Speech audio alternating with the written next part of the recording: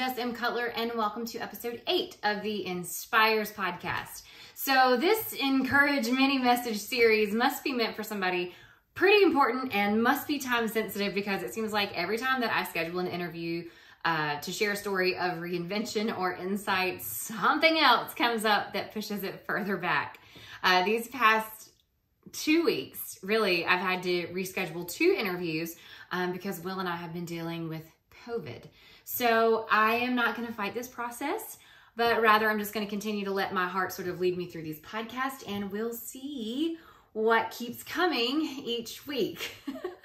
So for the last 2 weeks, I've been sharing how my road to reinvention really began with my quest to understand humility and what it would look like to be more humble in my event planning career. I did discover that it didn't mean that I needed to be singing praise and worship songs every time someone thanked me for executing a wonderful event, but rather, in order to serve others in a way that glorified God, the giver of my gifts, I just needed to strive for excellence and reflect His character through my service. Now, if you listen to the pre-podcast series, then you already know my bitter heart and lack of boundaries was certainly not allowing me to serve anyone with excellence, nor humility. And I certainly wasn't reflecting His greatness in my choices or my character. So I have had a long way to go and lots of lessons to learn along the way. But last week, I actually shared something that I heard Jay Shetty say that got me thinking about my calling and my purpose. And I've heard the same thought now on multiple podcasts since, but it's this idea that I cannot be anything that I want, but I can be everything that I am. I believe I mentioned it last week that this podcast was actually an Ed Milet podcast with Jay Shetty, but it was entitled Protect Your Purpose. And Jay Shetty compared a purpose to a rare gem. He went on to say that you have to protect that gem. Like, the world will tell you that it's worthless. Like, this gem is not going to make it. It'll tell you that this gem or this precious jewel has no value.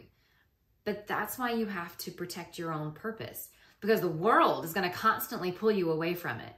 But when you protect your purpose protects you. So, just good thinking. So if this purpose, this meaning to life, is the guiding light to really understand why you were put on this earth, then why aren't more people trying to understand their own purpose? I feel like the answer to that question is because we just don't know where to start. So if you'll stick with me, I'd love to kind of share with you some of the nuggets that I've been exploring as I've been working to redefine my identity and really realign my mission on this earth to hopefully be more in line with the reason that I feel like I was put here. So Jordan Raynor says it in the follow-up book he wrote after Called to Create, a book entitled Master of One. He says that we're all looking for one thing: an opportunity to do work we love by combining our passions and our gifts in a way that impacts others and produces fruit that can only be explained by the grace of God. That is what I mean when I say your calling or your purpose. Like, I don't know about you, but that is what I'm looking for. And in both books, he breaks it down so simply, where to get started on this path of purpose. And it's by asking yourself these 3 questions. 1, what am I passionate about? 2, what are my God-given gifts? And then 3, where do I have the greatest opportunity to love and serve others? He says that it's at the intersection of these 3 things that we find our calling, the work that we choose to do most masterfully well for the glory of God and the good of others. And he starts with the question of understanding like what you're most passionate about, not because he thinks this is the key. He says that you can use these passions and pre-existing interests as a signpost, more so pointing the way to the work that you were uniquely gifted to do. Which I think that's so funny, because I mean, you think about it, like, people are always telling you, like, find a job you'll love and you'll never work a day in your life. But how many times have you looked for a job in a field that you thought you were really going to enjoy, and then once you got into it, you realized that it was definitely not your area of expertise, and because you did not do it well, you did not have a passion for it?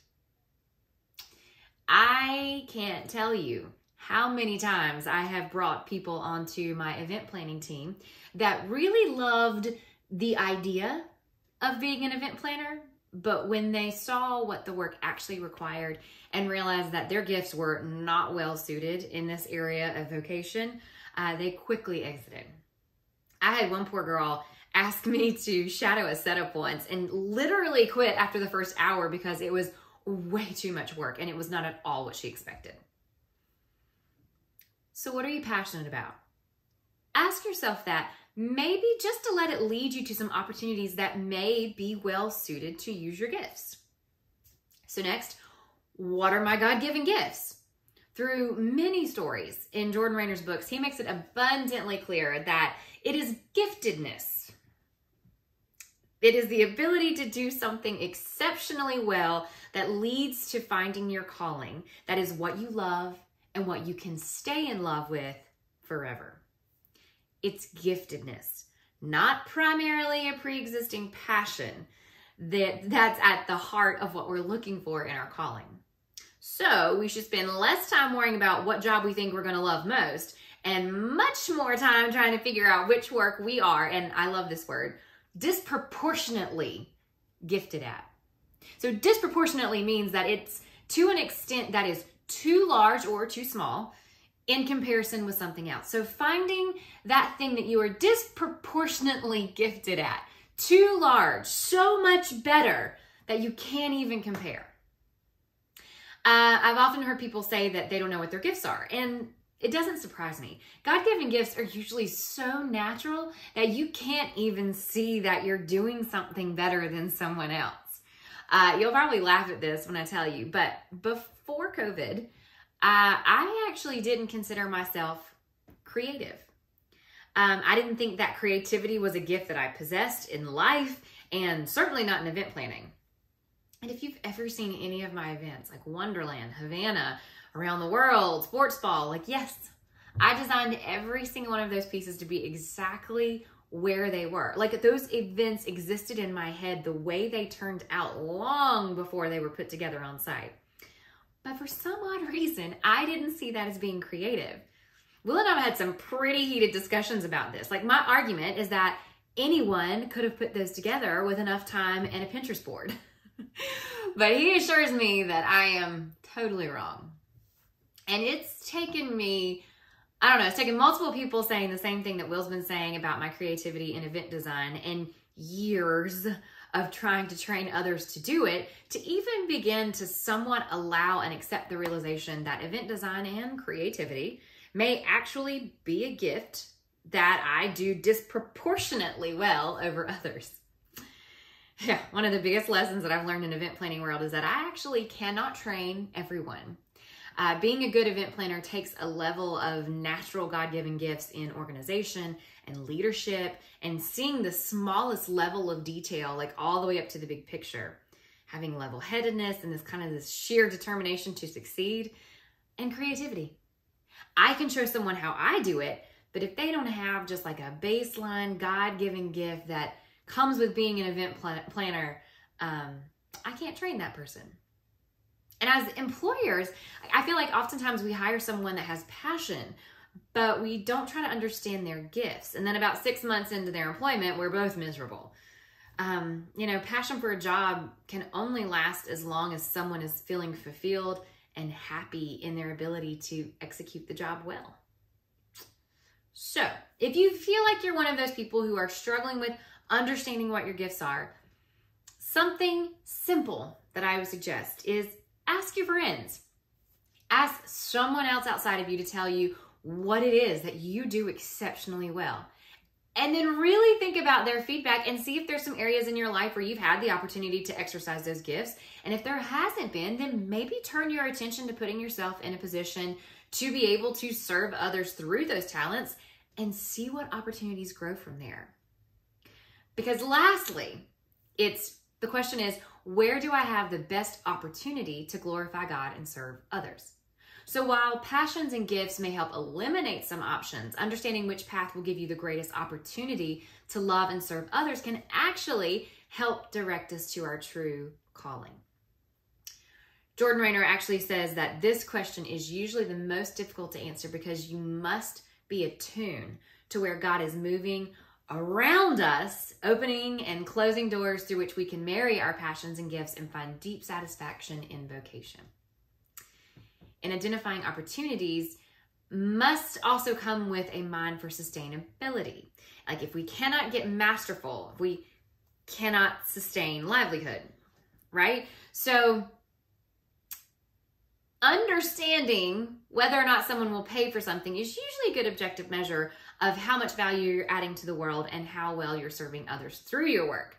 Because people typically do not pay for mediocre work, but they will pay, and usually top dollar, for masterful work. So, in my attempt to humble myself in my event planning business, I've been working hard to understand where my passions and gifts truly intersect in my event planning career and outside of it. I no longer want to continue to engage in activities that are not worthy of my time or energy or effort, and I can wholeheartedly recognize that not only are there types of events that I do not enjoy planning, but there are multiple services within the event planning realm that are not the best use of my God-given talents and gifts. So, by becoming more exclusive in my event planning business, God has been opening other doors and windows of opportunity to explore some other areas where my passions and gifts intersect and I'm able to serve others. Opportunities in performance, public speaking, and mentoring other women in business. And it's been so cool to see how he's been working through these opportunities as I've been becoming more intentional on understanding my calling. Now, can I say that I've found my one thing? And just to say it, like your one thing, it can be general or it can be specific. And if you'd asked me 2 years ago, like I probably would have said like specifically like event planning was my thing. But as God has been moving and working in my life, like I'm beginning to understand that my calling is something a little more general. Something that I haven't quite put my finger on. So I don't think right now I could confidently say that I know what that general one thing is. But I think I'm at a unique point in this journey where I formed a couple hypotheses of what my purpose may be. And I'm experimenting with those hypotheses and keeping a keen eye on where God is using my gifts to divinely multiply my good works on this earth to glorify Him most. So, I hope today will get you started on your own path to understanding your passions and your gifts and really trying to see where these intersect with your best opportunities to serve others to lead you to your calling. I would love to hear any thoughts that you may have on Facebook or Instagram, and we're at Jess M Cutler.inspires, and that's ENSPIRES. So as we increase the in crowd with intention, we hope to continue to be your source of encouragement, insight, and most of all, inspiration. Thanks for tuning in.